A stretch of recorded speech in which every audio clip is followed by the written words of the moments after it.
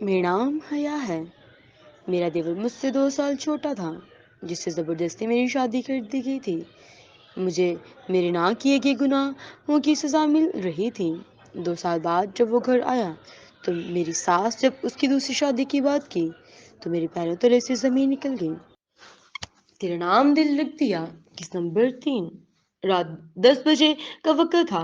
حاسم اور شائستہ بیگم دونوں T V lounge میں بیٹھے ٹی وی پر کوئی پروگرام دیکھ رہے تھے جب ٹی وی پر کسی نے خوبصورت انداز میں یہ نظم پڑھی تھی۔ حاسم نے کن اکھیوں سے چائے کی کپ اٹھاتے ہی آ کو دیکھا تھا، جیسے وہ بھی پرانے نقش مٹانا چاہ رہا ہو لیکن یہ بس میں نہ ہو۔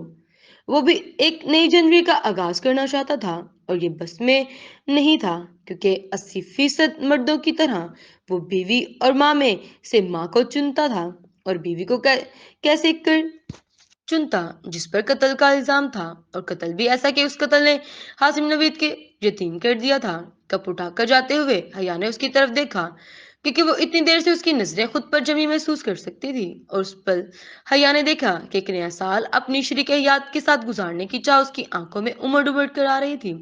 کئی جگنو تھے جو جل کر اور پھر بجھ کر مر گئے تھے۔ حاسم نے نگاہوں کا زاویہ بدلا۔ وہ جو 2 سال سے ایک دوسرے کے ہو کر بھی ایک دوسرے کے نہیں تھے، تو خدا کا فیصلہ تھا کہ وہ ایک دوسرے کے ہیں ہی نہیں۔ قسمت لکھ چکی تھی حیا جہانگیر حاسم نوید کو کبھی بھی نہیں ملے گی، چاہے وہ اس کے نام پر ہو یا اس کی ہو۔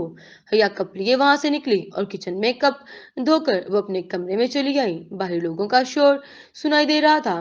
دنیا نیا سال منانے کو اتاولی ہو رہی تھی اور اس پر تو وہ گزرے سال ہی ٹھہر چکے تھے۔ وہ کارپیٹ پر بیٹھ گئی اور ڈریسنگ ٹیبل کے سب سے آخری دراز کھول کر سیاہ رنگ کا ایک بیگ نکالا اور پھر اسے کھولنے لگی۔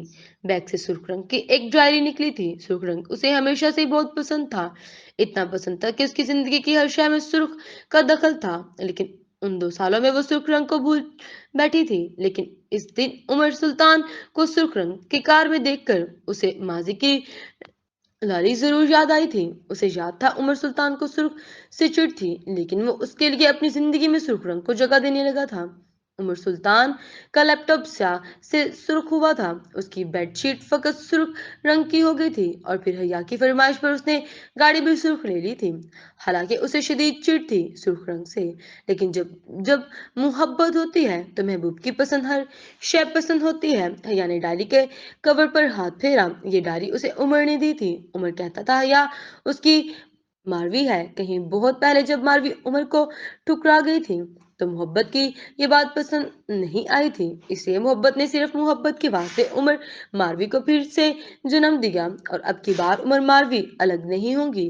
لیکن محبت چاہے کتنے بھی بار جنم لے لے، اس کی قسمت جدائی ہی ہے۔ اس نے ڈائری کھولی اور ڈائری کے پہلے صفحے پر سرخ روشنائی سے حیا اور عمر لکھا تھا۔ اس کی آنکھ سے آنسو نکل کر عمر کے نام پر گرا تھا۔ اسے وہ تمام سال یاد آئے جن کی شروعات نے اسے عمر کے ساتھ کی تھی۔ اس نے صفحہ پلٹا۔ اگلے صفحے پر دوستوں کے سرخ پھولوں سے محبت کی داستان رقم تھی، اور وہ داستان جو قدیم تھی، بہت قدیم۔ وہ فقط پھول نہیں تھے، وہ عمر ماروی کی داستان تھی۔ وہ محبت کی عجیب داستان تھی جس کی قسمت پر ہر بار جدائی تھی، فقط جدائی تھی۔ اس نے بڑی بڑی آنکھیں اٹھا کر دیوار پر آویزن تصویر کو دیکھا۔ اسے لگا ارحم نوید مسکرا رہا ہے۔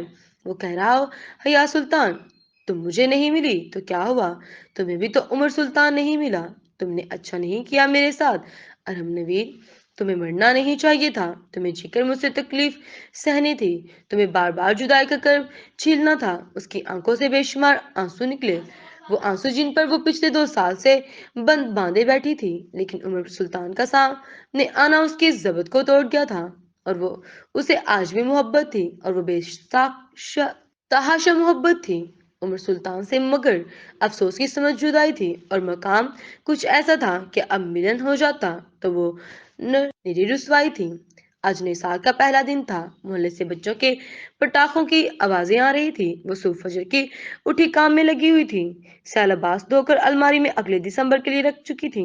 سفید جوڑا پھر سے اس کے تن پر تھا، وہ سفید جو کفن تھا، وہ سفید جوڑا جو پھندا تھا، جو 2 سال سے اس کے گلے میں پڑا ہوا تھا، مگر نہ مرنے دے رہا تھا نہ جینے دے رہا تھا۔